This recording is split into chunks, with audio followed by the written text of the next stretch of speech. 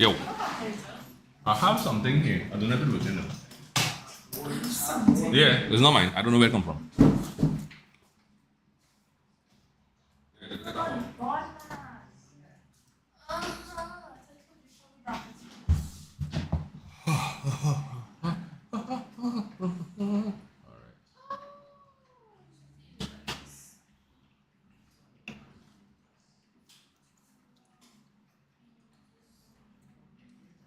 Yeah, I feel warm across here too, but I think the sweat already. What's going on? Maybe we could put on like 22.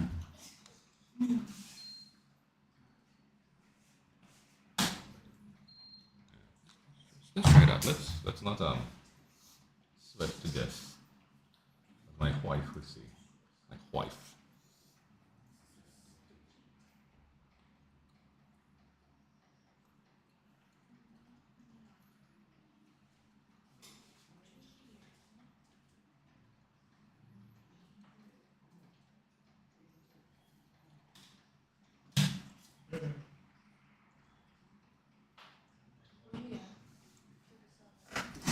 Oh wait, 39.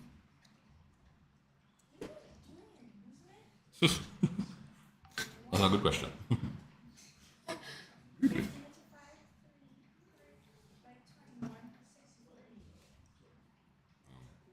didn't do it like that. I didn't simplify this. I didn't simplify this. Oh, and then get 13 over 15. I was like, what? Alright, screen gonna go blank for a couple of seconds. It'll come back just now. Fair out. 36. When it got to here, I left it as 30 over 5.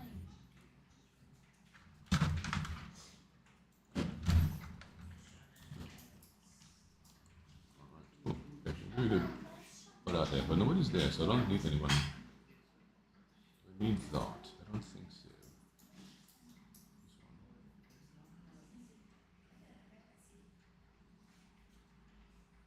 Oh. Good strain. Let me go there. Alright, so I take it we started from number 1. Oh, one party. Alright, cool. Let me pull up my file and we'll start starting.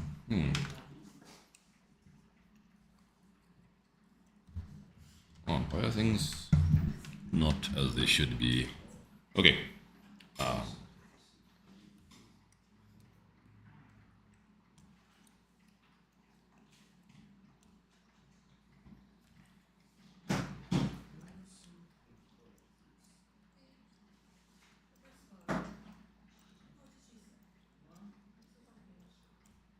So,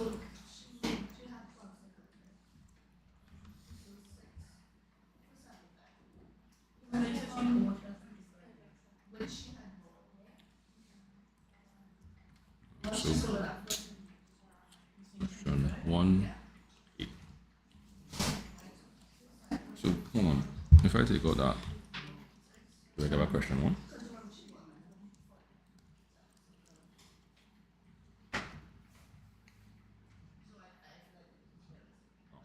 not that. So how? Okay.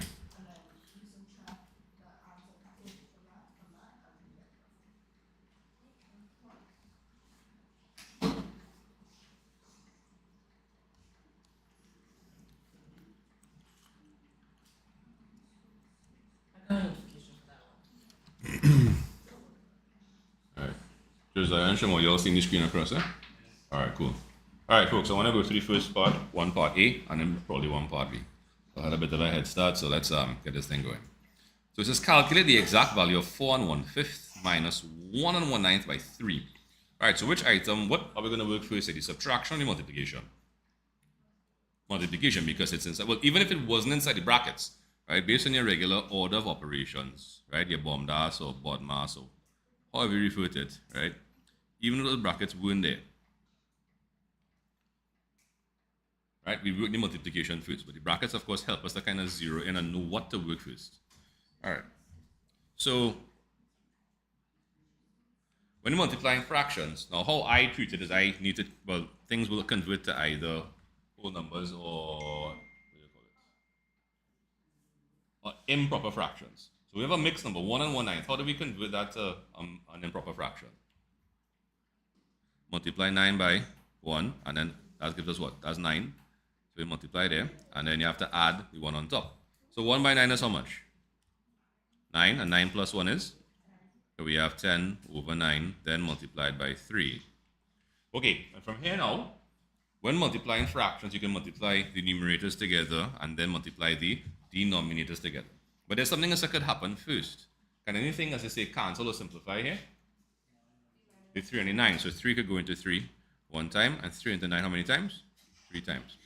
So what we will get then or thereafter is 4 and 1/5 minus 10 over 3. Right, so again, with this particular item, I like to use improper fractions. So let's convert 4 and 1/5 into an improper fraction. So how do we do so? We multiply the denominator by the integer. 5 by 4 is how much? 20, and 20 plus 1 is 21. So we have 21 over 5 minus 10 over 3. Right, now from here, in order to subtract or add fractions, we need a common what? A common? Oh, look. Yeah. Hey, morning, Elijah. How are you doing? Yeah, 1 second. Yeah, Elijah, I sent a link in the to a Google Meet in the chat. So that one would actually be a bit more live, like real time. There's a bit of a delay here on YouTube, right? If you didn't get that particular link, I can send it here for you, but let me know, right? Yeah. Okay, sorry, right, yeah. We need a common what? A common denominator. Is the denominator currently common? Is it the same? No, one is 5 and one is 3. So what's the easiest way to find a common denominator? Multiply them, right? So we could do 5 by 3, which gives us what? 15, right? Now, the little trick here, the little trick thereafter is you have to remember, you have to multiply the numerator by whatever you multiplied the denominator by. So we multiplied 5 by 3, so we have to multiply 21 by 3 as well. Similarly, across here, you multiplied 3 by 5 to get the 15. So you have to multiply 10 by 5, because whatever you multiply the denominator by, you have to multiply the numerator by the same thing. So that'll be 10 by 5 on that side there. Okay, 21 by 3. 1 by 3 is 3, 2 by 3 is 6, and then 10 by 5 is 50, all over 15. And 63 minus 15, 63 minus 50. All right, 3 minus 0 is 3, and 6 minus 5 is 1. So all of this simplifies to 13 over 15.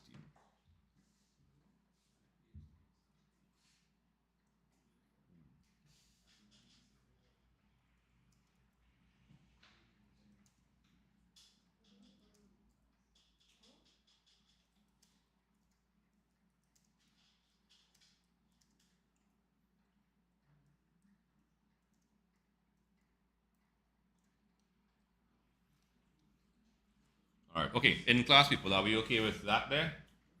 All right, so let me just put some numbers. So 1, 2, 3, 4, and then 5. Right, so if anybody has any questions, you can let me know, and you can let me know which step in you work in, which I have by the numbers off to the right in circles. All right, so we okay with that? Miriam, you cool there? All right, Christian, how about you? Christian, you okay with that? All right, cool. And Paige, you cool there? All right, Shamo and Josiah, we okay on number 1, part A? All right, cool. You know if Juliana go through with it, Miriam? Yeah. Okay, cool. All right, cool. Let's go again.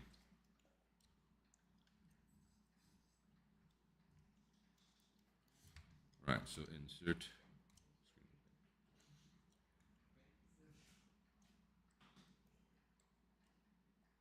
Oh, that's part 1. Wait, hold on, Amanda.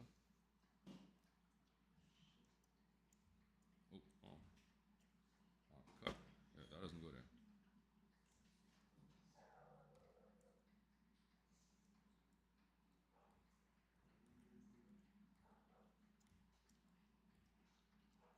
Okay, so hold on. You could go to that. Fine, no problem. That's perfectly fine. Yeah, Juliana, we did question 1 part. Yeah, we got 13 over 15. You okay with that? All right, cool. Okay, so now we have question 1 part B. Let me just head that up real quick for you, right?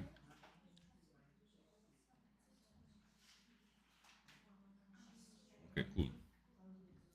All right, so we're going to take a little read here. So the table below shows Amanda's shopping bill. some numbers were removed and replaced with letters. Right, so if you follow the columns on the top, we have items, quantity, unit price. Unit price means the price per unit, right? A unit means one item. Then total cost, right? And what we do is we multiply quantity by price. Any econ people here? Econ people, right? So revenue is price by quantity, right? Or total expenditure is quantity by price. So we multiply going across. So 12 by 0.49. Let's see. Let's double check that, right? So if you multiply 12 by 0.49, we get 5.88. So that's where the 5.88 comes from. Cool. So what are we missing? We are missing the total cost for the t-shirts. We're missing the unit price for the CDs. We're also missing the quantity for the posters. And I'm seeing a fourth item, the VAT. 15% VAT in the nearest cent. Okay, cool. All right, so for the first thing, they want to calculate the values of A, B, C, and D. 4 items for 5 marks. I'm not entirely sure how that's working, but I guess we'll find out. Okay, all right. Any volunteers for part A, the item in the yellow? How do we find the total cost for the t-shirts? We multiply 3 by 1250. Very good. So that's 36 plus 150 is 3750. All right, cool. All right, cool. So for the CDs now, the unit. So we have the quantity, which is 2, and the total cost, which is 33.90. So if you paid 33.90 for 2 items, and we assume that they cost the same, how do we find the price for 1? We divide. We do 33.90 divided by 2. So 33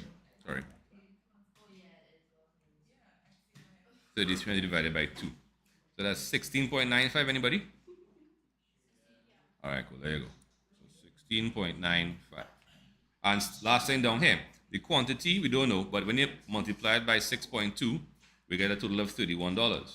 So how do we find item C in the blue there? We divide again. 31 divided by 6.2, and then we get 5.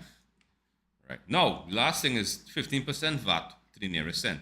So we have to find 15% of this item here. All right. So you all know the trick about finding 15% or something? Sorry? That's 12.5, that's correct. Okay. So you can do 3/20ths, right? Or what are 2 easy numbers you could split up 15 into that when you add them back?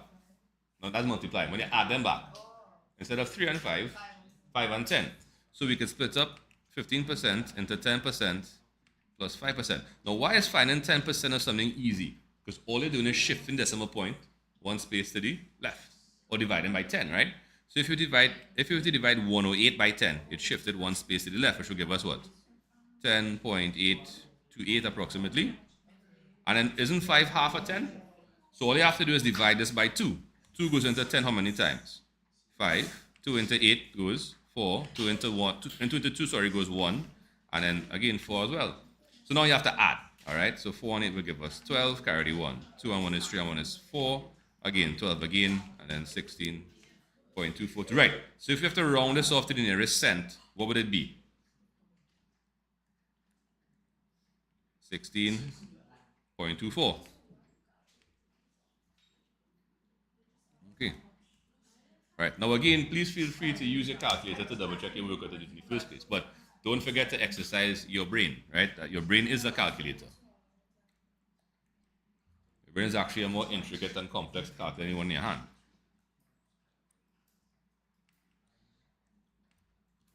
Okay, all right. Before I go on to parts 2 and 3, anybody have any questions on A, B, C, or D on the screen here? All right, Christian, we cover that. Paige, Nyla, Shamo, Josiah, we good there? All right, Elijah, what about you? Yeah. Go ahead. Go. Which one? If I'm wrong, tell me. Nah, it just said 50% VAT. I know, that's what caused confusion in the exam too. No. Did you find 16.24? Okay, they'll give you marks for doing what they asked you to do. If you do beyond that, they can't get marks for doing beyond that. Yeah. But I understand what you're saying, because the total is 108.28, and then normally we would add VAT, not so? Yeah. All right. Hold on, I hear some WhatsApps coming. So let me see who's that. Oh, it's mom. Okay.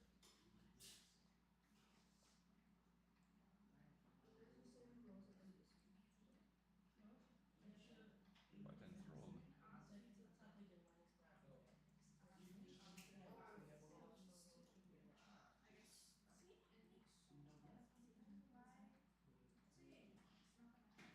All right, sorry. Where was I? There was I. Okay, here. So let's go. Okay, so it says here Amanda sold 6 of the 12 stickers which she had bought at 75 cents and the remaining stickers at 40 cents each. Show using calculations whether Amanda made a profit or loss on buying stickers. Okay, so stickers. So check this, right? Oh. What went on there? I'm not sure. And let's go in orange, right? This item here is the unit price for the stickers, right? 49 cents. So that's the cost price. So what's the basics? So of course, I mean, most of my accounting people here too, right? So accounting people, how do we calculate profit from a maths perspective? Selling price minus cost price, right? So the cost price is the unit price here. That's 49 cents, right? That's the cost price. And Amanda sold 6 of the 12 for 75 cents. So is 75 greater than or less than 49 cents?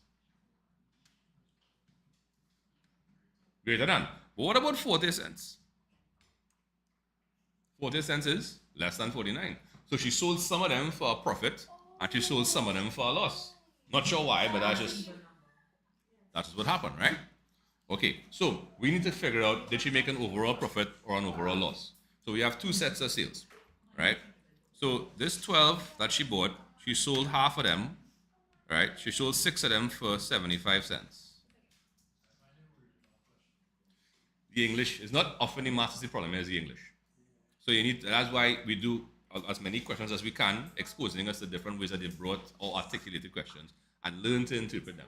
And even after you do all that, I tell you, here now, since 96, when I was in Form 5 doing this kind of interpretation thing, Form 6 was even worse, right? And even to this day, it has some questions that I know miserable, right? So at the end of it, if you read through and you're still not sure, the point is you have to make a decision. It might be the optimal scenario, but often in times in life, that's what we encounter. Exactly. So you, and on top of that, CSEC recognizes that, so they will give marks for process, right? Right. So she sold 6 of them for 75 cents, and then the remaining stickers. So if she sold 6 for 12, right? How many would she have left after selling 6? She'd have 6 left, and she sold the remainder for 40 cents. All right. So 6 by 0.75 is $4.50, and 6 by zero point 0.4 is 2.4, right? Right. So that will give us $6.90. Okay, cool. Now, remember, she would have bought them for 49 cents, right? So you have to multiply 12 by 0.49. So, of course, if you have your calculator, you can do that. But let's say for some reason your calculator can't count in the exam, right? You could use good old distributive to help you. 49 cents. The easy way to get 49 is to do what? 50 by 1? 50 minus 1? So you could always do this as 12 by 0.5 minus 0.01, eh? Not 0.1, sorry, 0.01. Isn't 0.5 a half? Was that half a 12? 6. So 12 by 0.5 is 6. And 12 by 0.01 is 0.12.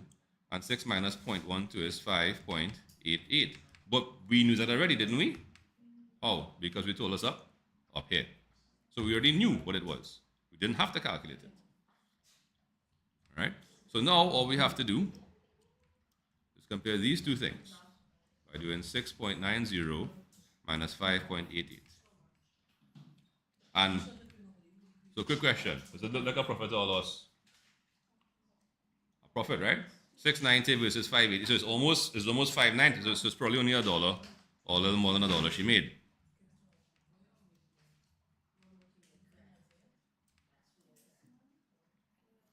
All right. So yeah, I do apologize because I'm working here a little helter skelter. Statements aren't really that clear.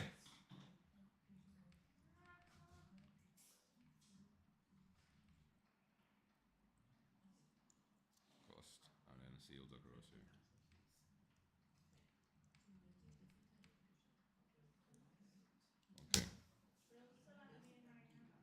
What was that? Oh, okay.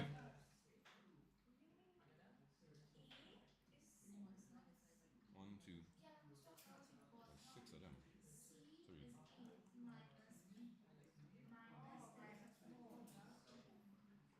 Okay, right. So he said he couldn't make. That's no problem. Right. That's the missing one. Yeah,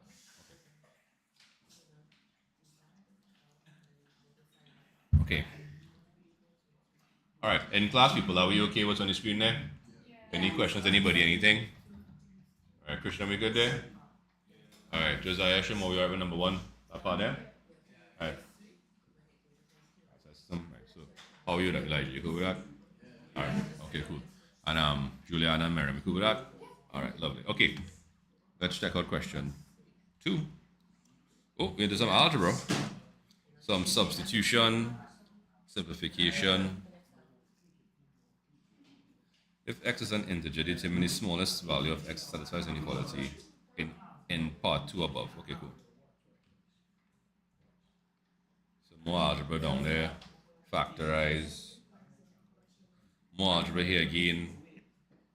More algebra here again. Then sets. More sets. Functions. Functions. Functions again.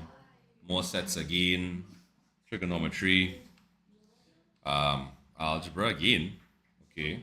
And we have the curve. Well, they give us a reverse curve sketch here. So what we could do, we could probably sketch it and see if it matches up to that.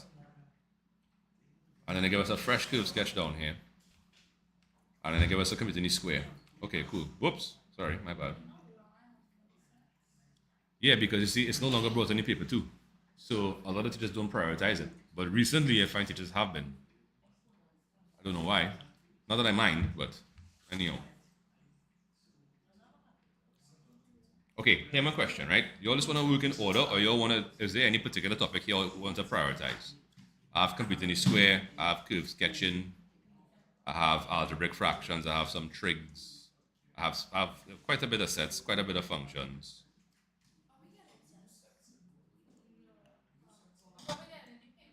Paper one here, and there's quite a bit of algebra too.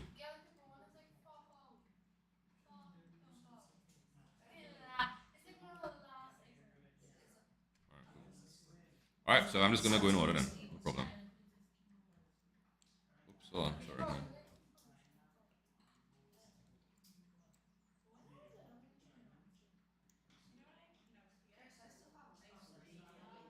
Yeah, but what? Sorry. Oh, you haven't processed that. You're awake. What is that, Miriam? Which number?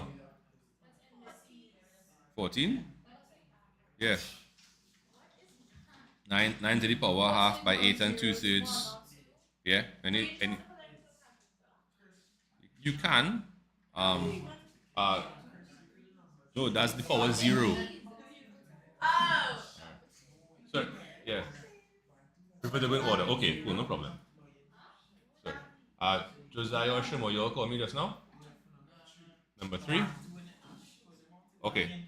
Well, I'm gonna do two just now, so I'll come to three after. But like I was saying, if you all want to jump around, you could let me know. But if not, I'm just gonna go in order. Okay.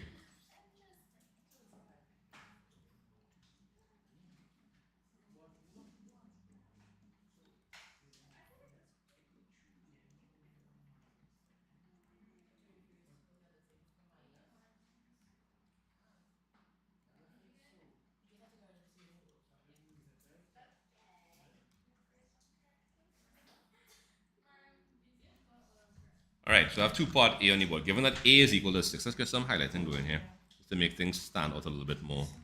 Right. So A is equal. Oh no, that's a little too narrow. Just a little bit. Right. A is equal to 6. That's still a bit too narrow. Okay. A is 6. B is minus 4. C is 8.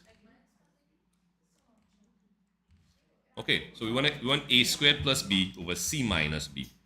Okay, cool. Paige, you want to call out the top line for me? If I were to substitute a and b inside here, what would I get? 6 squared plus minus 4, right? Okay, all over Good. 8 minus minus 4. Lovely. All right. You want to finish it off or you want to pass it on? All right, cool. So 6 squared is what? 36. When you add a negative, it's just minusing, right? So you have 36 minus 4 all over. And when you minus the minus, it becomes a 8 plus 4. Right. And 36 minus 4 is 32. And 8 plus 4 is? And can we reduce that or simplify it? All right.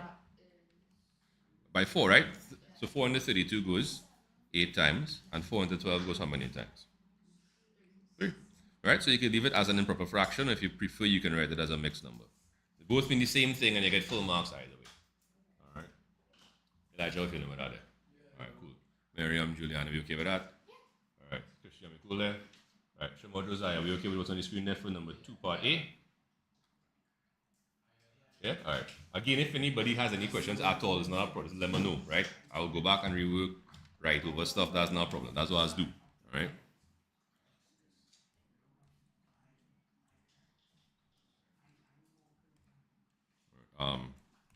Insert. Okay, so we'll do one at a time.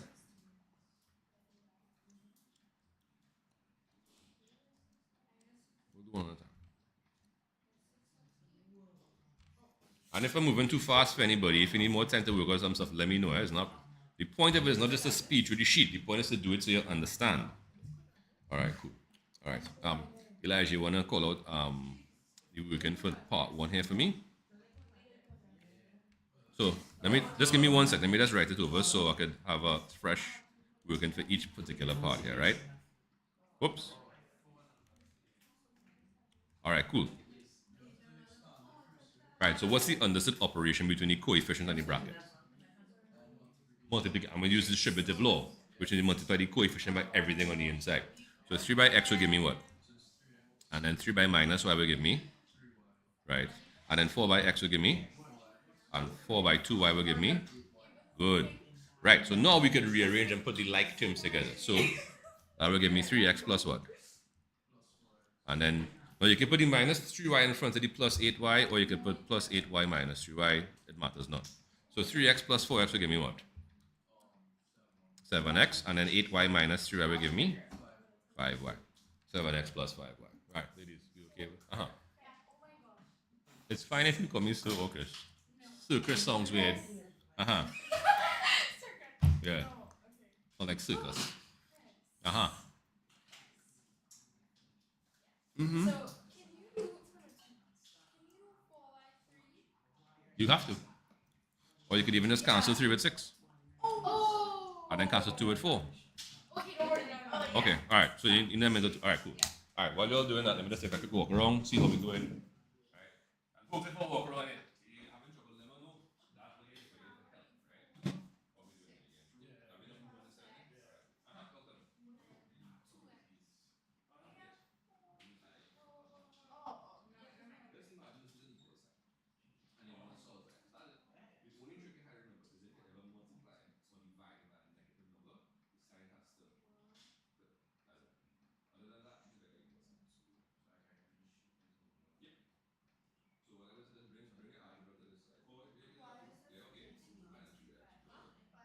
That's it. Okay, go ahead. Next. Right. So hold on. See, you brought this across, right? If it was subtracted, let's say the added this.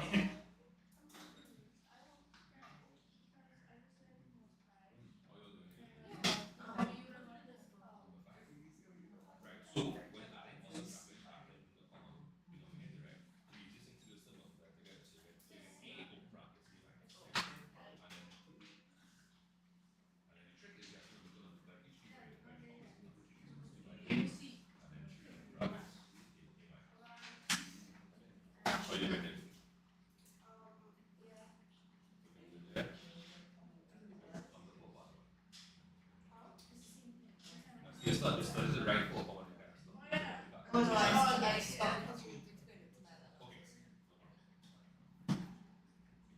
Okay.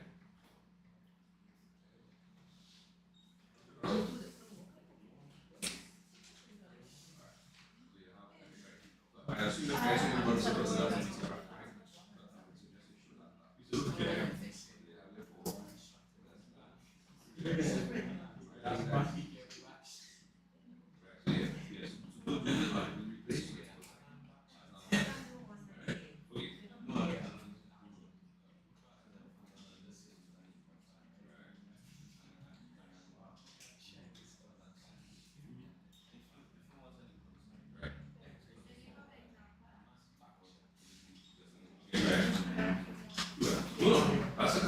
You would subtract the x from both sides and then you make the 6. Right? You could also do it.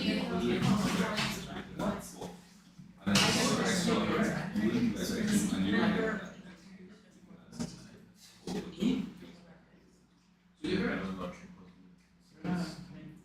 Which one is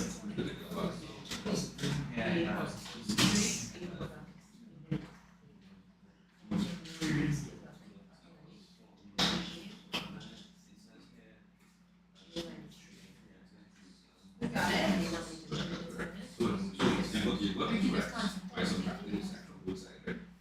Right. So, like I said, the logic is this. If the alpha on this side and the integers on this side, and then you want to write alpha, this kind of after the the arithmetic is fine. The after part, so that's the multiplication plus x. So the thing is consistent. So the rest of the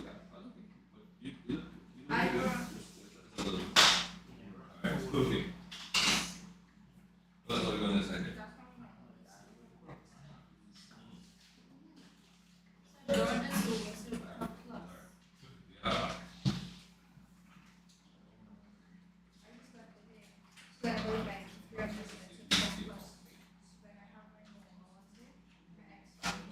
I did the other way around. So then I did so just like negative 3 plus 1 is negative 2. And negative 1 plus 2 is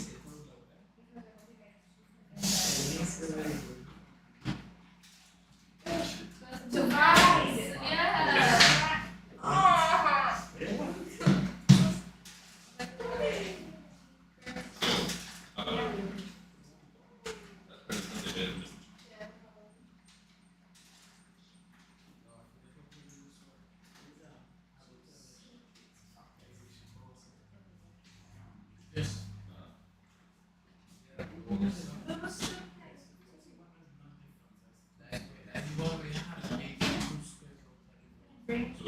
This one is factor of the 3. Right?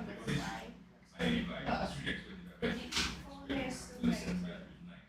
So in bracket you'll have x squared minus 9. After x squared is the square of 9. Negative what? Okay, sure. Negative 3 plus 7. Why is it? You use that. Way around. I brought these normal numbers this side and I brought these on this side. Was it wanted to express v into the transpose? But then they wanted to make the value of v when v is 1. So And this so is now v I'm is saying a this and then this is negative 7. It should come away and be positive 7. Which is cool. So then true. 3x. X is less than x. That was one. It was a 2. Yeah, that's fine. But I got negative 2. Alright, let me take a look. Alright. Alright, okay, hold on, which number is that though? That's Oh, the next one. Okay, so I still need to work up B part 2 here. Alright, cool. So any volunteers for B part 2? No? Alright, Juliana, talk to me here. Alright. So we start off with 4x squared by 3 by x to the power 4 all over 6 by x cubed. Okay, so we only have one algebraic term, which is just x, right? Now in the numerator, I'm seeing a 4 by a 3, and I'm seeing a 6 down here. But we said we could cancel some of those things, right? But if you want to see it like a kind of long way, again, remember, all of these terms here and here are connected by multiplication. So you have 4 by x squared by 3 by x to the 4 all over 6 by x cubed. So you could rearrange and put the like terms together. So 4 by 3 by x squared by x to the power 4 all over 6 by, well, x cubed. Right? And we said, if we go in there now, we said, okay, 3 will cancel with 6 2 times. And then 2 will cancel with 4 2 times. So the integers have been simplified, right? Right, so applying the laws of indices, you're going to add the indices there all over x cubed. And you correctly said by x to the power 6, right? Over x cubed.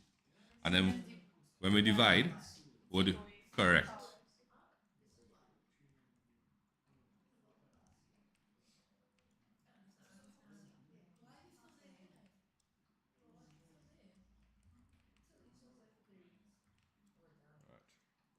Okay. So when we are dividing and we have the same base, what do we do with the indices? We have to subtract. So 2x cubed. Yeah? All right, cool. All right. Elijah, we okay with that?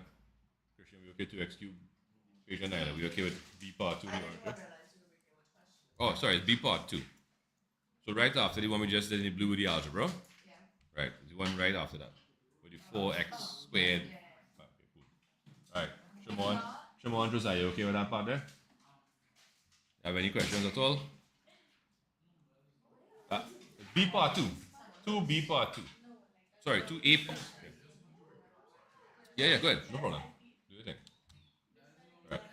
Hey, Jassy. Uh-huh. But, no. Well, this one here in the blue? All right, cool. This is the question immediately after.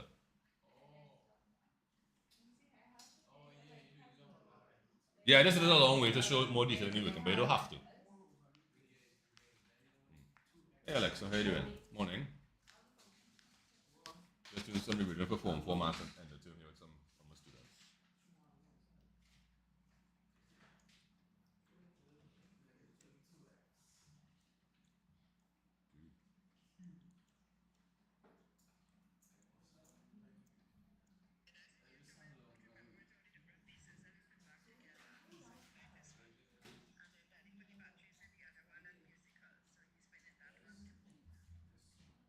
All right, nice.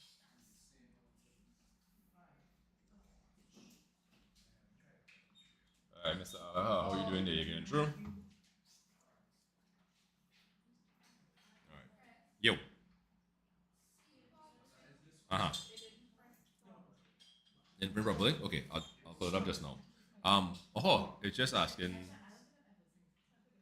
in C part 2 above. That's what it says. In C part 2 above. Oh, yeah.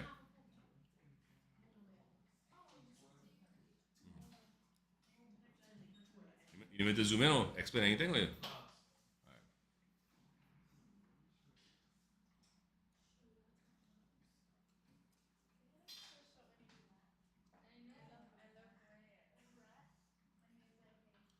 Uh-huh.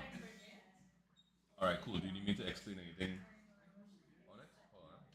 Do I have that link still there? All right. Yeah, Elijah, if you want, you can click then you can come into the Google Meet and you can actually chat with me if you want. If you have Google Meet, it's no problem. You understand now? Okay, cool. Glad to hear that. And you don't have to have your camera on or anything, it's not a problem. And you can always WhatsApp me if you need send pictures of your work and if necessary.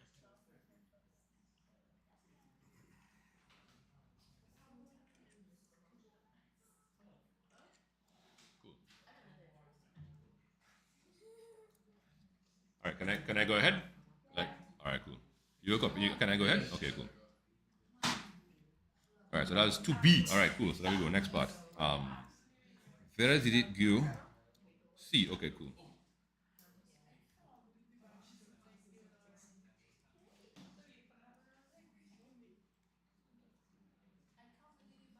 All right, so this one isn't. Yeah, so there's a little bit of a cutoff, but I'll tell you what it is. Right? Give me 1 second. Let me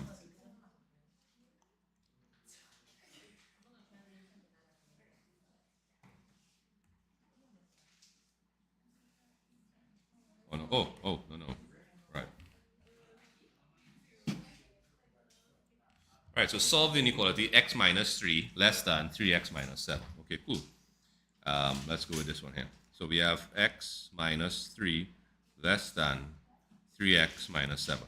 Right? So the little trick I was telling the Christian here is that basically what you could do is you could consider this like an equal sign. Like. It is not an equal sign, it's an inequality sign. Right?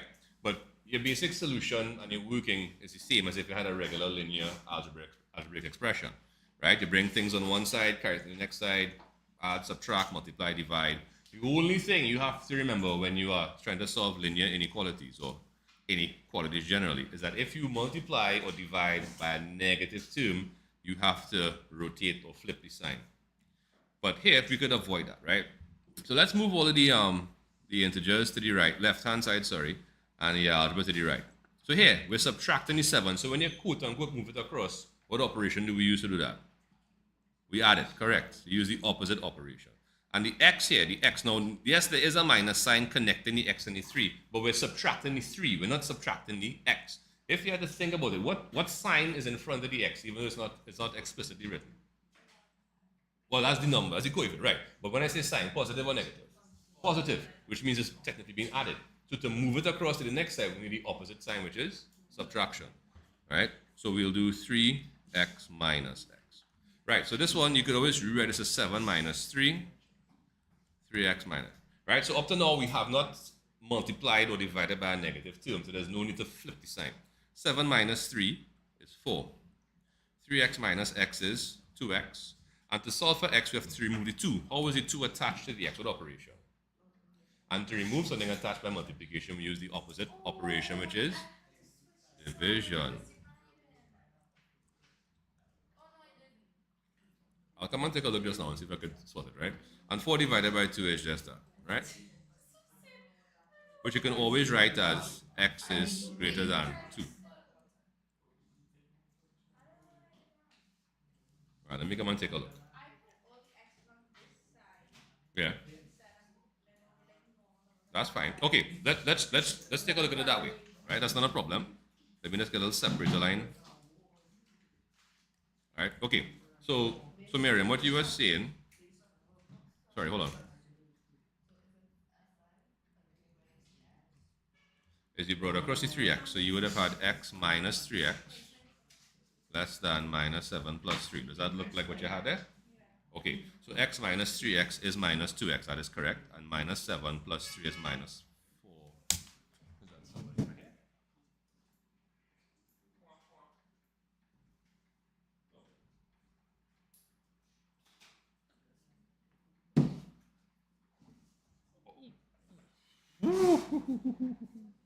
Right, so we have minus 2x less than minus. So right, this is what I was talking about just now, right? If you want to now solve for x, you'd have to remove the coefficient of minus 2. How is that coefficient attached with operation? Multiplication. And to remove something attached by multiplication, what operation do we use? Division. So we'll be dividing by minus 2. And if you are dividing by a negative term in an inequality statement, you flip the sign. And on the right-hand side, a negative divided by a negative will give us a... Because that's the problem when people or teachers teach you, when you carry something over the equal sign, that's not what's happening. That's because you're using the opposite operation. So that's why after, when I encounter some students from your schools telling me these things, so well, Miss Sister do so and so, it's like, no, that's not what happens. So I've stopped explaining it that way. Right? So that's why you hear me say, if something is connected by this operation, what do we use to carry it across? And you'll see me doing air quotes all the time, right? Because that's not what's actually happening, right? But that's how it's explained to you, so how to kind of transition you across into the proper explanation. Okay, so here's my question. Are you okay with that now? Okay, cool. Elijah, we cool? Christian, how did that look there? You okay with that? All right. Josiah and Shamo, are we okay with what's on the screen there? You guys go through with it? Any questions? Okay, Paige and Nyla? All right. Paige and Nyla, you all good with that? Okay, cool. All right, now, part 2 is a little cut off. It says, if x is an integer. What is an integer? A whole number, very good. So a whole number, no fraction, no decimal, just a whole number, right? Determine the smallest value of x that satisfies the inequality above. So I know this part is cut off here, but I know what the question is, right? So if x is greater than 2, what is the smallest whole number greater than 2? 3. That's it. Right? So therefore, for part 2, right, x is equal to 3. Or you could just put 3, because that's basically what they asked. What is the smallest integer that satisfies inequality? 3. Long story short. right? And you don't have to write out like 3 is the smallest integer, blah, blah, blah. You just put 3. It's fine. Whole number. An integer is a whole number. That's correct.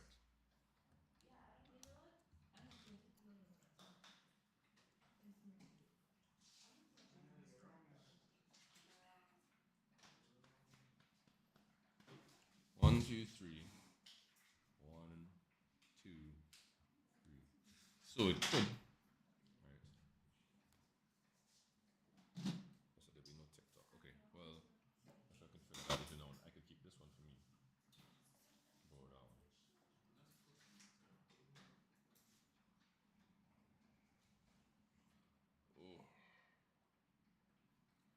All right. Any questions on this item, or can I move on to the next one? Okay, cool. Yo. Yeah. Come to. All right. Mm-hmm.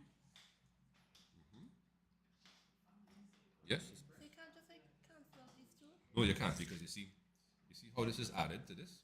So this is not considered like a single term, and you can't cancel pieces of a single term, right? It's like, for example, I can write in a book. If let's say I had 2/3 plus a quarter, right? And then they said, okay, look, what I could do here. I use your own numbers. Oh no, that's not right. All right, yeah, so we got figure out. So let's say I had 5/4. 5/4 is 4 plus 1, right?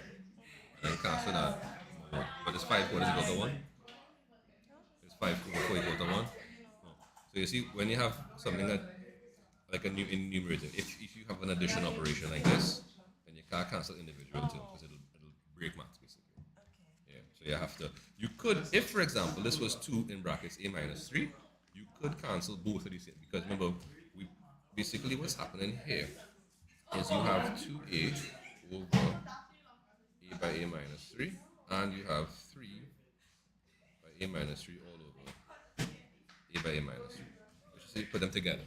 So here you can actually cancel this, and here you can cancel that. But then it'll just carry you back to exactly where you started. Right? This is why you go with the C2. That is correct, yes. Yeah, that's right. It's a mistake I've seen popping up. Hey, Vanji, how you doing? Right, just some form for revision of my math class here. Right. On to number 3. Okay. All right. So we have some transposition here. Let's knock this out of the park quick. This is question 3. Gonna go. In sort.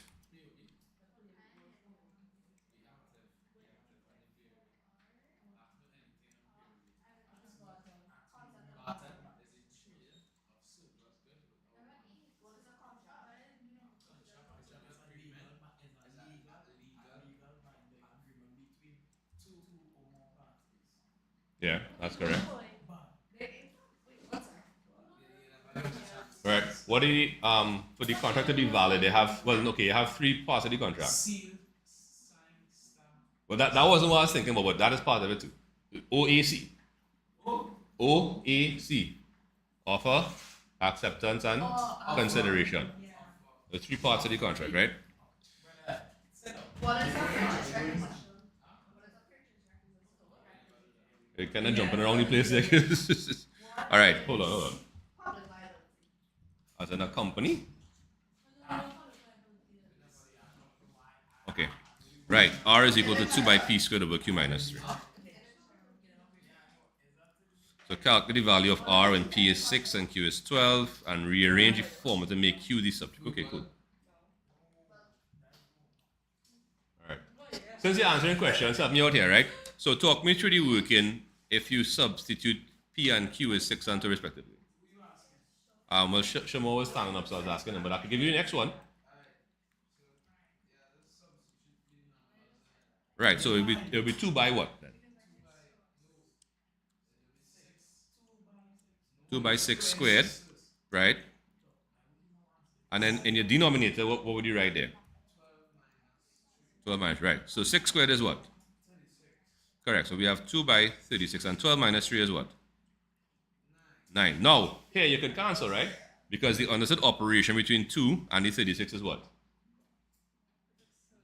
Multiplication. And you could cancel if there's multiplication present. Once it's not addition and subtraction, right? Can 9 cancel with 36? How many times? 4. And 2 by 4 will give us 8. There you go. All right. Okay, Josiah, your turn now. So we have R is equal to 2 by P squared all over Q minus 3. And they want us to rearrange and make Q the subject. So let me just zoom in a little bit, right? Hold on. We have P. Right. Now tell me something. On the right-hand side, we have a fraction. And a fraction has a numerator and a denominator. Where is the Q located? Numerator or denominator? Good. And the trick for quote unquote getting rid of denominators is multiplying. All right, cool. So when you do that, what would happen? What would you get on the left-hand side of the equation here? Very good. R by Q minus 3 is equal to 2 by P squared. Now, we want to make Q the subject, but currently it's in a bracket, but there's an R on the outside, right? How do we move the R across to the next side? Good. We'll divide by R, that's correct. So we're going to have Q minus 3 equal to 2P squared all over R. And the last thing to remove is the minus 3. How do we, quote unquote, remove minus 3?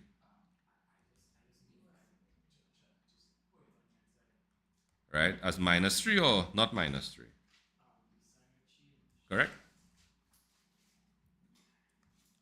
Right, so just by the way, that's what I was talking about just now, right?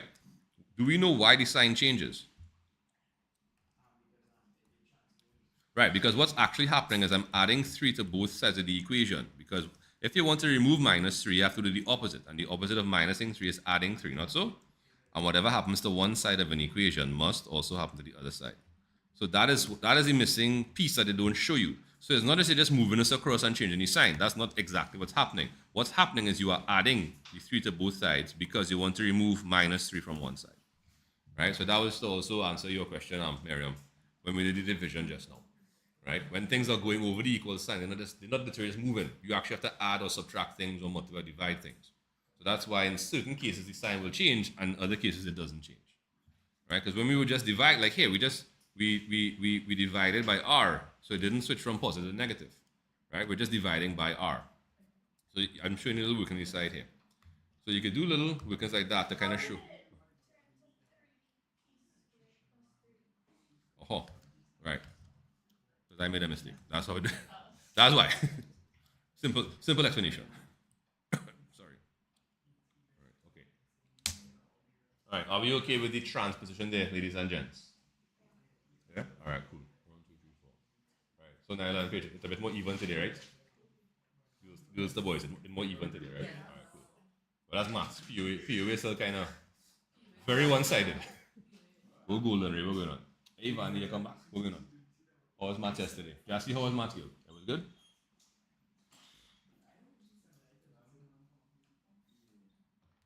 Okay, we're going again. This is question 4, right?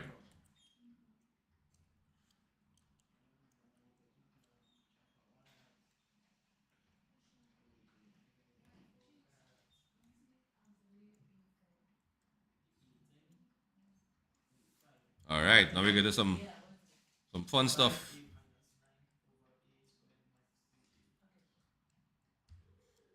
Okay, so some factorization.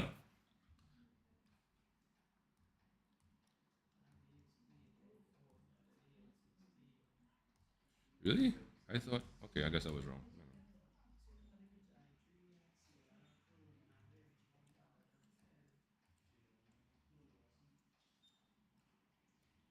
Yo. Uh-huh. I'll give you a hint. Factorize out the 3 first. Factor the 3 out first and something else should, when you get what's in the bracket, it'll make a little more sense. All right, any volunteers for the yellow? All right, talk to me. So we have 4 terms, 3g minus 3t plus 2mg minus 2mt. All right, so there's no common term between all 4. So we factorize by grouping, we take pairs. So between 3g and 3t, what's the common factor? So when you pull out the 3, what goes in the bracket? Very good.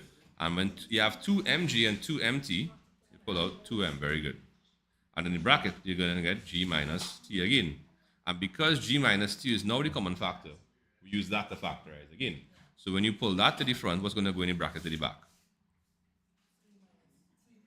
3 plus 2m, or 2m plus 3 doesn't make a difference. Okay, good job. Thank you, Nyla. All right. Juliana, you want to handle the green for me? The same one we were talking about just now? All right, cool. So when you pull out the 3, what's going to go in the bracket?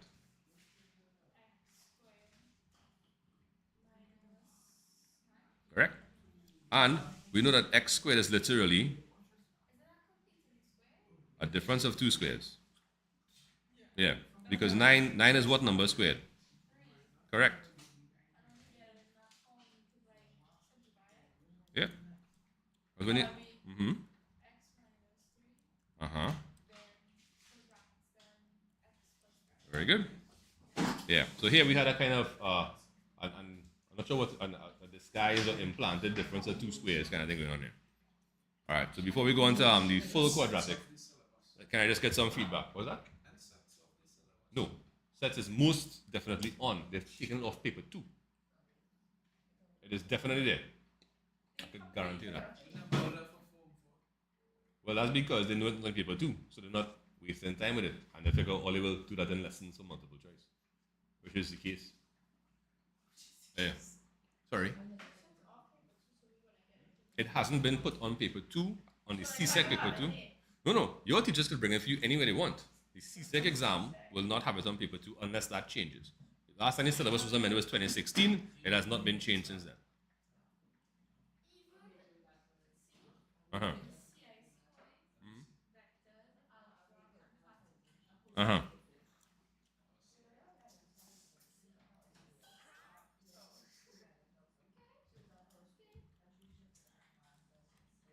All right. Do I have any volunteers for the full quadratic? Uh-huh. All right. Talk to me.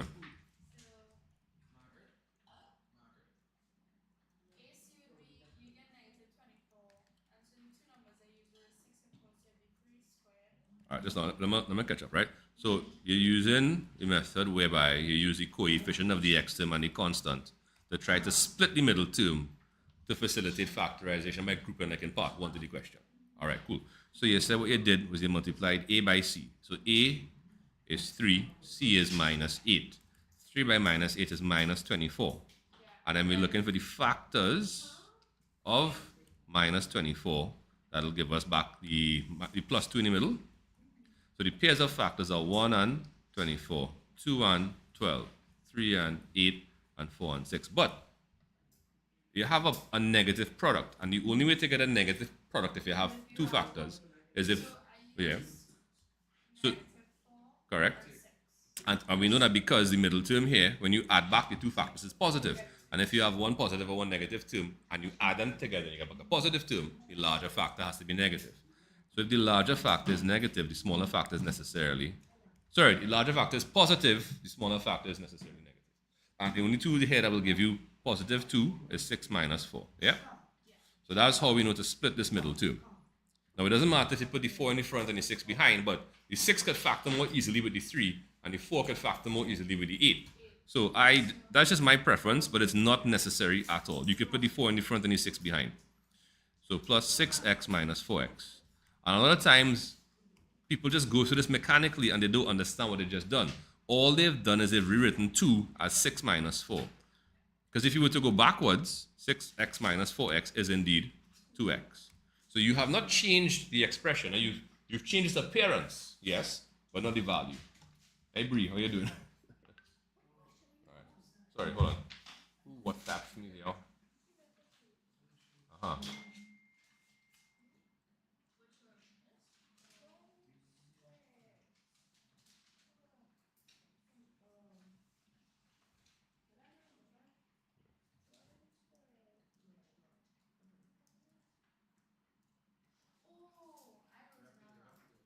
Yo. Talk to me. Advice.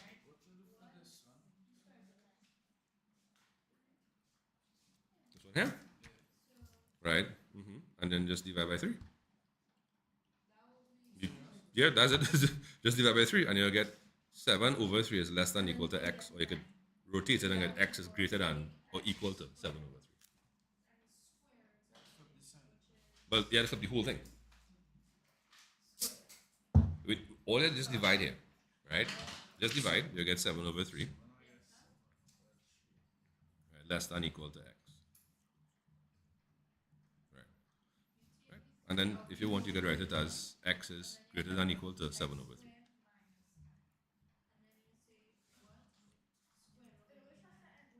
Yep, that's it.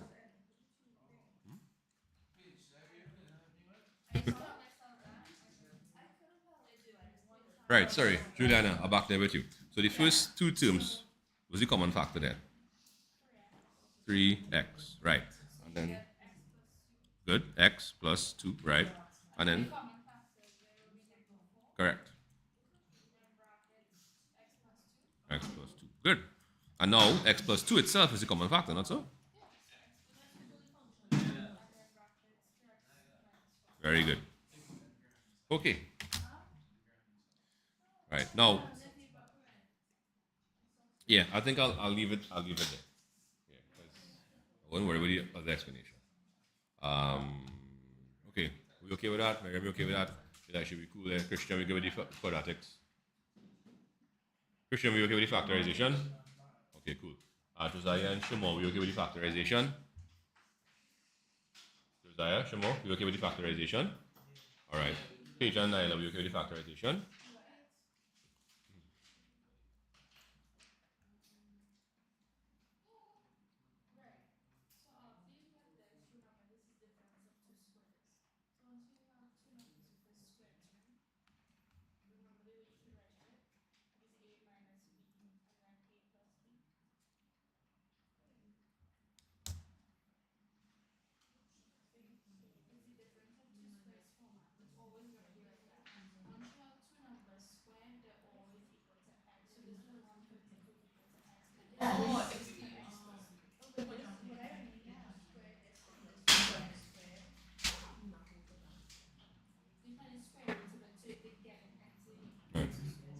Juliana, sorry, here what to do. Show her x plus 4 by x minus 4 expanded first so she can see that the 4's cancel out. Okay, next question.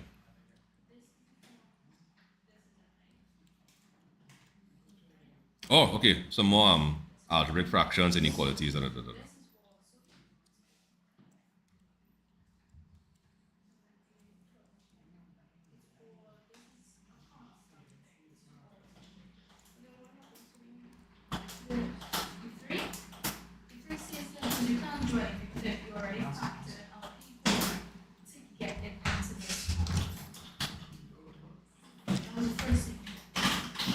All right.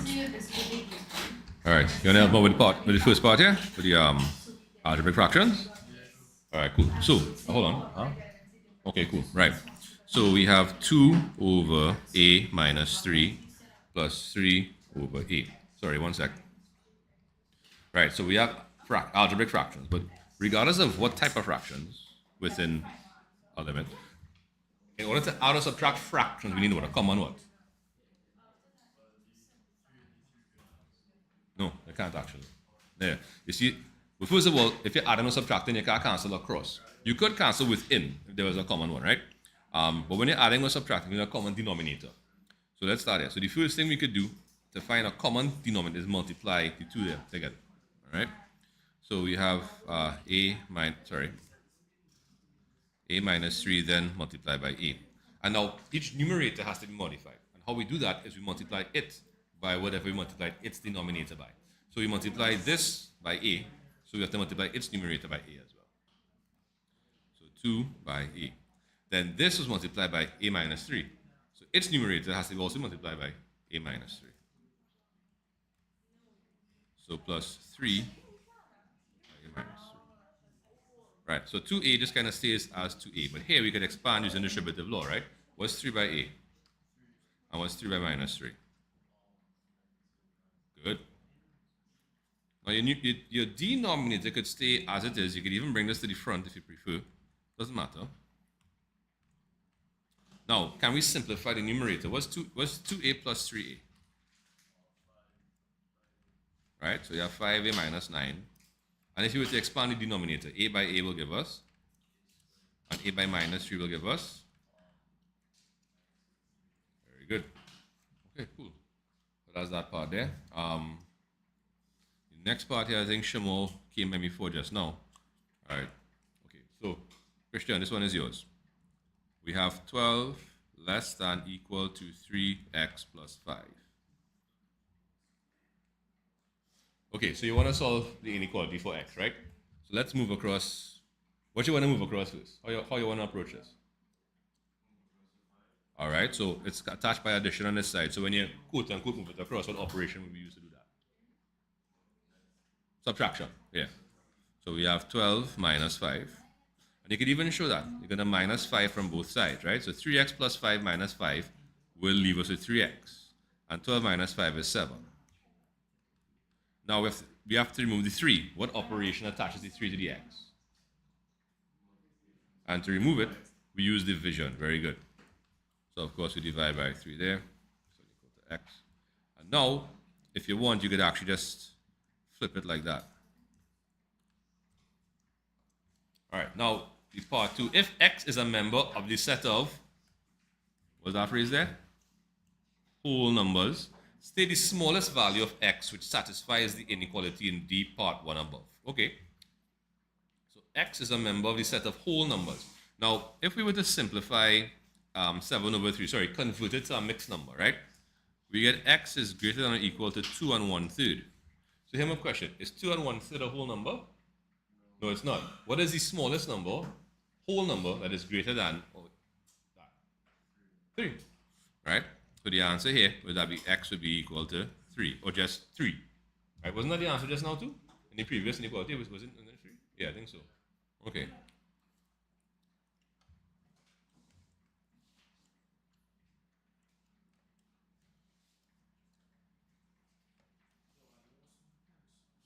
You lost your pencil?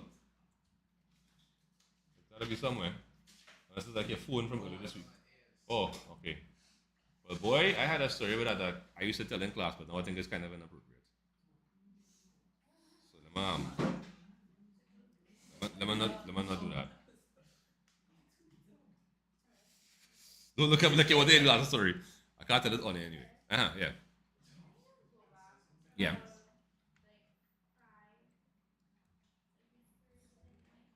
Question 5. So this one here. Okay, cool.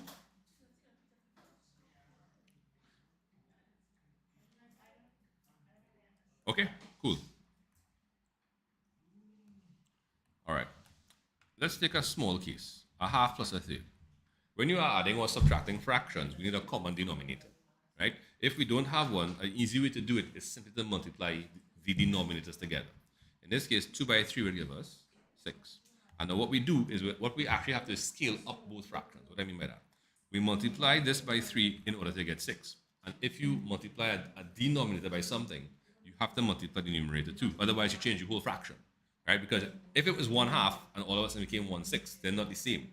But if you went from 1/2 to 3/6, that's the same. Those are equivalent fractions, not so? And same thing, we multiply this by 2 to get the 6. So whatever you multiply the denominator by, you have to multiply the numerator by the same thing. So we get 2 there. And then 3 plus 2 will give us 5. So we have 5 over 6. All right? Are you okay with that small case there? All right. 1 second. I'm going to see who's on WhatsApp here saying what. Uh-huh. Okay, lovely.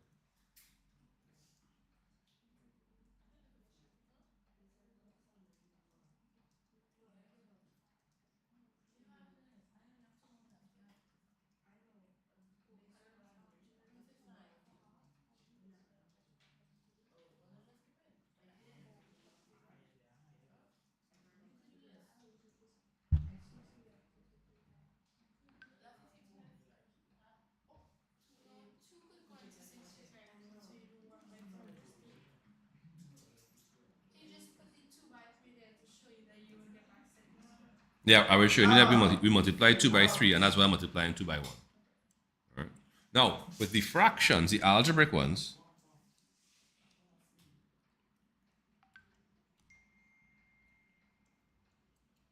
okay, cool.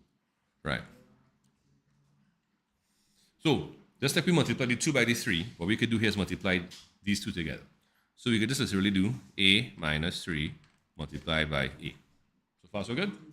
Okay. Now we need to modify the numerators. So just like just now, we multiplied this by a, so we have to multiply its numerator by the same thing, which means multiplying 2 by a. We multiplied this by a minus 3. Well, a minus 3 here. Yep. Ready, which one? Right. We multiplied this by this to get the denominator, right? Cool. Whatever we multiplied this denominator by, we have to multiply its numerator by the same thing. So we multiplied we multiplied a minus 3 by a, so we have to multiply 2 by a as well. And same thing with a, we multiplied it by a minus 3. So we have to multiply this numerator by a minus 3 as well.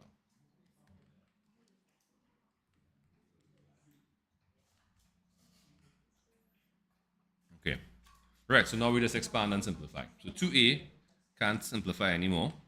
And we have 3 by a, which is, and 3 by minus 3, which is minus 9.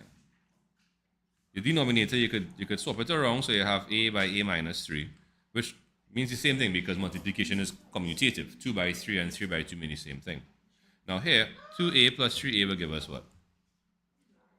5a minus 9 is along for the ride. And then a by a, if you want to expand your denominator, you can do a by a is a squared, and a by minus 3 is minus 3 by a. Yeah, and that's about it. We okay with that? Okay. All right, going again. Was that it? Yeah. Okay, so next page.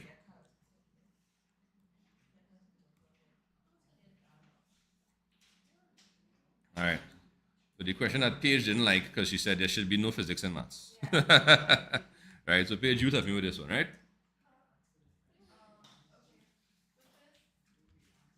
Okay, so let's take a yeah, sorry. Okay. So what are you asking for first? No. That's yours. That's yours. I printed them for you all. That's fine. Uh-huh. Okay, so E is equal to M by V squared. So you can say over 2, right? Oh, well, okay, hold on. Sorry. Okay, so let's, no. So you have a half by MV squared, right? Okay, cool. Okay, so you could work directly from there.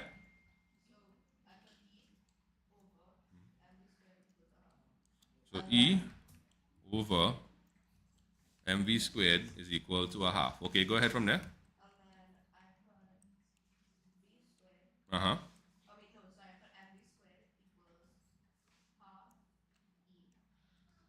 Well, hold on. You could invert both sides first. So let me just answer Samara here.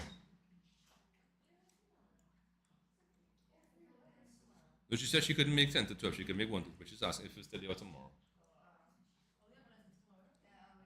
If you all want, I will organize my childcare. If you all don't want it, then let me know. Okay. No problem.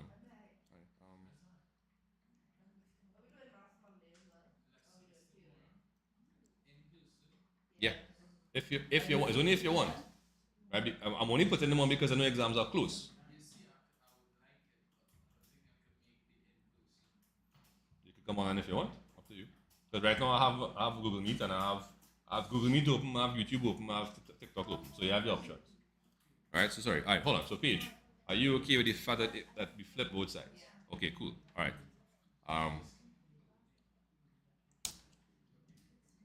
Okay, so all right, so we have m by v squared all over e is equal to 2 over 1. Sorry. So I'm gonna answer Samara again. Sorry about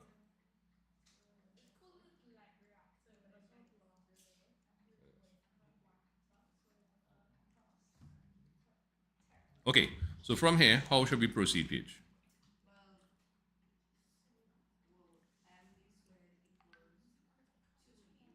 That's correct.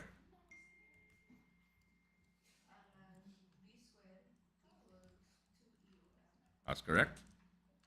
And then to solve for v, all we have to do is very good. Yep. Simple, straightforward. All right. Now, another way you could have gone about, because again, there are different paths to take, right? So a half by mv squared is if you could even put it as just mv squared all over 2, right? You can multiply by 2 first and get 2e is equal to m, yeah, you're transposing, yeah. And then you could, of course, you could divide by m, because m was being multiplied by v squared on the right-hand side. And to remove something attached by multiplication, we use the opposite operation, and the opposite of multiplication is division. And then the last thing we do is to undo a square, we have to find the square root. And you're good to go, right? So whichever path you choose to take, once you didn't overdo the working or do unnecessary working, you're good to go, right? The left-hand side in the pink is just as valid as the right-hand side in green. Both of them mean the same thing. All right, now it says determine the value of v when e is 45 and m is 13. So all we have to do here is substitute, right? So v is equal to the square root of 2 by e all over m. Okay, so v is equal to the square root of 2 by 13. No, 2 by 45, sorry.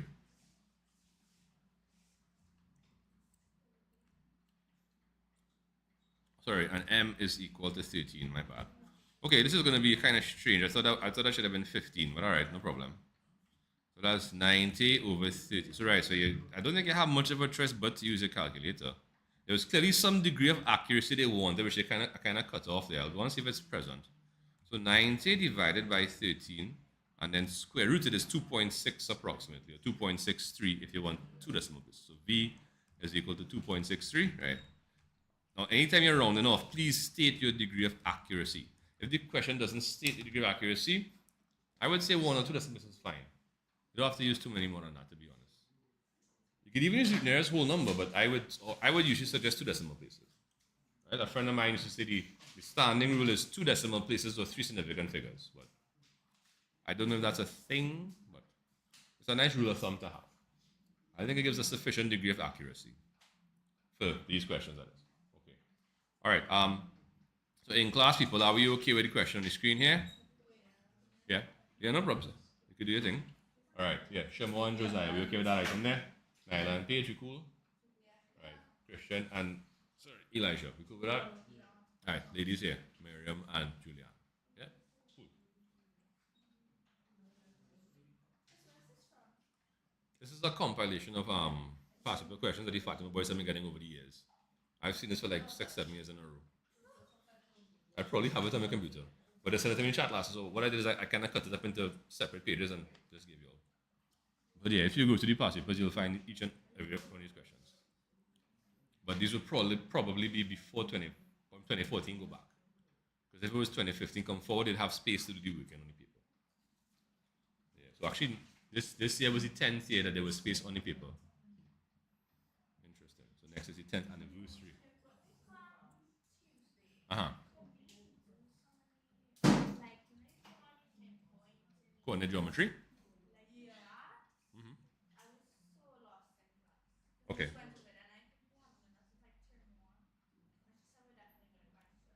Okay. Who was doing coordinate geometry recently? Somebody.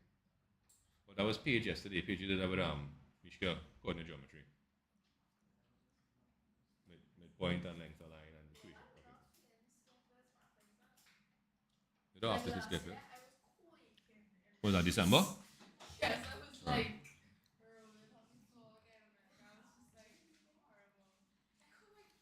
All right. Hold on. You all want to work the sets questions or you all want to work stuff after the sets questions? After? Okay.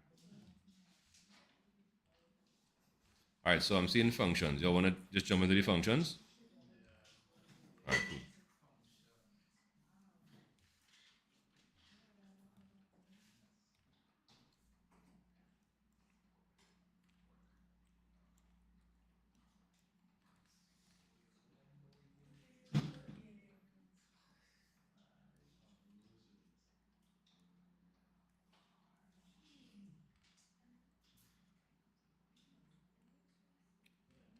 Okay, the functions f of x and g of x are defined as f of x is 2x minus 7 over x, and g of x is equal to the root of x plus 3.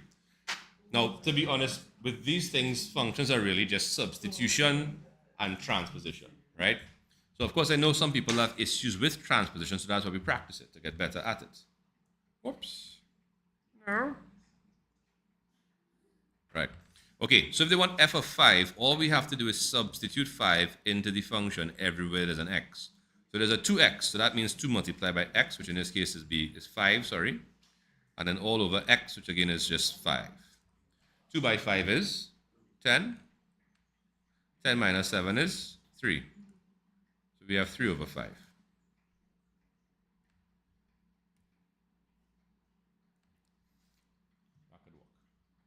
Okay, then we have write expressions for f inverse of x and g f of x. Okay, one thing at a time. F into g, that's correct, yeah. Right, so f inverse of x.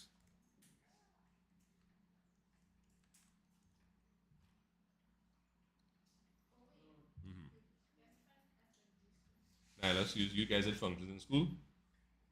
You guys did functions? No? Okay. Okay, yeah, what page in? Okay, so what did you want to move ahead? Or you did everything you could have done on the paper already? Okay. All right, cool. Right, so you were asking for trigs and stats, right? I think there was a trigs question here. Did it? Okay, cool. All right, let me correct this and I'll see if I can come and check it off here, right? All right, so f inverse. All right, so just so you know, what an f inverse, so f of x is 2x minus 7 all over 5. And then this will give us a y value. So what we're trying to do with an inverse function is figure out, well, what value of x gave us a y value? Yo. Oh, you're correct. Thanks very much. Right. So here, basically, you can think of this one of two ways. So most teachers say swap x and y, then transpose for y. You could do that, or you could transpose for x and then swap x and y. Doesn't make a difference, right? Because what you're really trying to do is make x the subject. What does the invert mean? It means to do the opposite or to put something inside out, right? So here, we have a way to find a way to find y given x. So you plug x in and you get y. What an inverse function means is you want to find x if you have y. So to do so, we have to invert the function. We have to make x the subject because that's what we're looking for. All right, so check this. So the first thing I would do here is get rid of the denominator. How do we, quote unquote, get rid of a denominator? We multiply. So we have xy. And then what we could do is we could try to get all the x's on one side and only non-x on the next. So what we want to do, let's bring across this on this side here. And let's carry the integer on the next side. So we'll end up with 2x minus xy equal to 7. Now this is where I used to get stuck all the time when inverting functions. Before the teacher was like, I was like, Miss, how do we get past it? We have two x terms. I can't separate them. And she's like, yes, you can. I'm like, what do you mean? She's like, factorize. I'm like, oh. Then it clicked. You pull out your x, you get your 2 minus y. That's equal to 7. And then to solve for x, all you have to do is divide.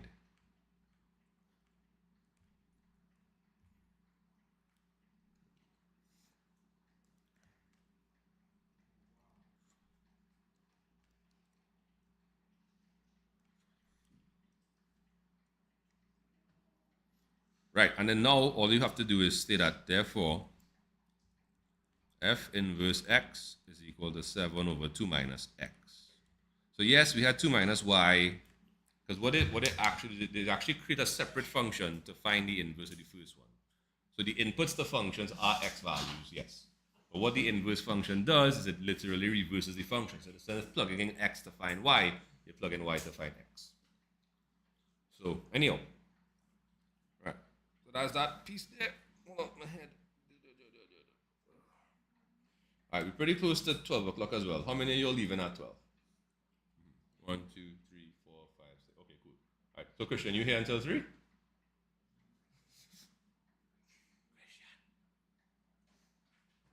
What time are you here until? What time are you here until? Okay, cool. So everybody go. Okay, everybody go. Okay, no problems. That's fine.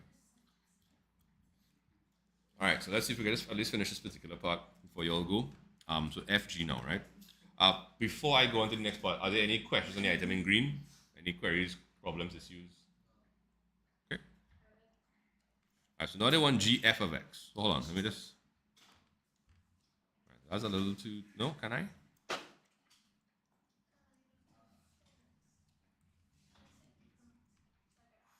Okay, so what this means is you actually want to plug in the entire function of f into g. So you want to plug this inside of here.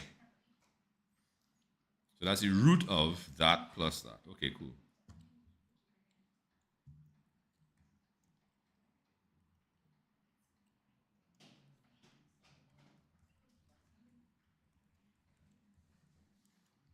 That's it, right? 2x minus 7 over x, then plus, okay, cool, right. So let's zoom in here and see if we can simplify this. Right, so this is correct, this is perfectly fine, right? But we should be able to simplify this if necessary. So 3, of course, is like 3 over 1. So, of course, when you're adding fractions, what do we need? A common what? Denominator. Good. So, of course, sorry. So x by 1 will just give us back what? X. So 2x minus 7 doesn't have to change because why? We multiplied x by 1. So you multiply this by 1 as well. And of course, when we multiply something by 1, it doesn't change anything. So you get back to 2x minus 7. We multiply. This is number 9.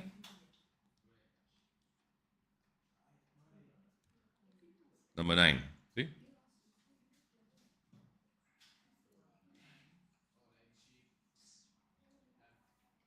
Yeah. Right. So the 3 had to be multiplied by x. All right?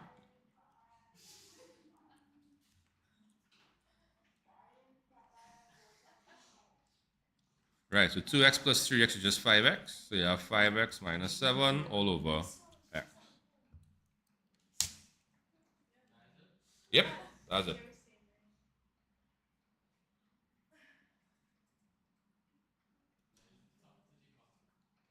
What was that? The lost? All right. Okay. So they gave us two functions. They gave us g and f, right? They gave us f is 2x minus 7 over x, and they gave us g is root of x plus 3. And they wanted g of f. So what that means is they wanted to plug f into g. Like if they wanted g of 5, you'd plug 5 inside of here. If they wanted g of 2 over 7, you'd plug inside of here. So if they wanted g of f, it means they wanted g of the entire function. So you plug that inside of, whoops, sorry. Yeah, inside of there. So this is what it would look like initially. And then from there, that's where I simplify the fraction. Woo. All right. All right, folks, we're at 12, so we're going to put a little pause in there, right? So everybody leaving. Anybody coming back 1 o'clock? No. All right, cool. Well, I think Ethan's mom's supposed to bring him one. I think Samara coming for one. I'm not sure what Elijah Alaha. He was here on YouTube.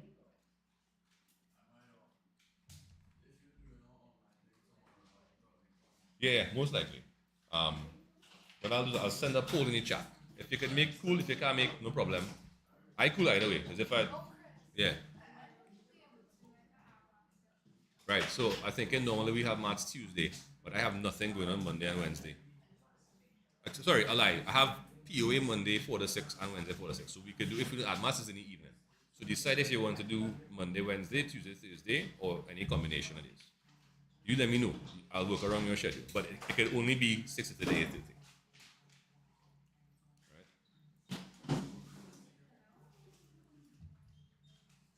All right, guys. So I'll log in off. Oh, you're still here. Okay, Elijah. Did all?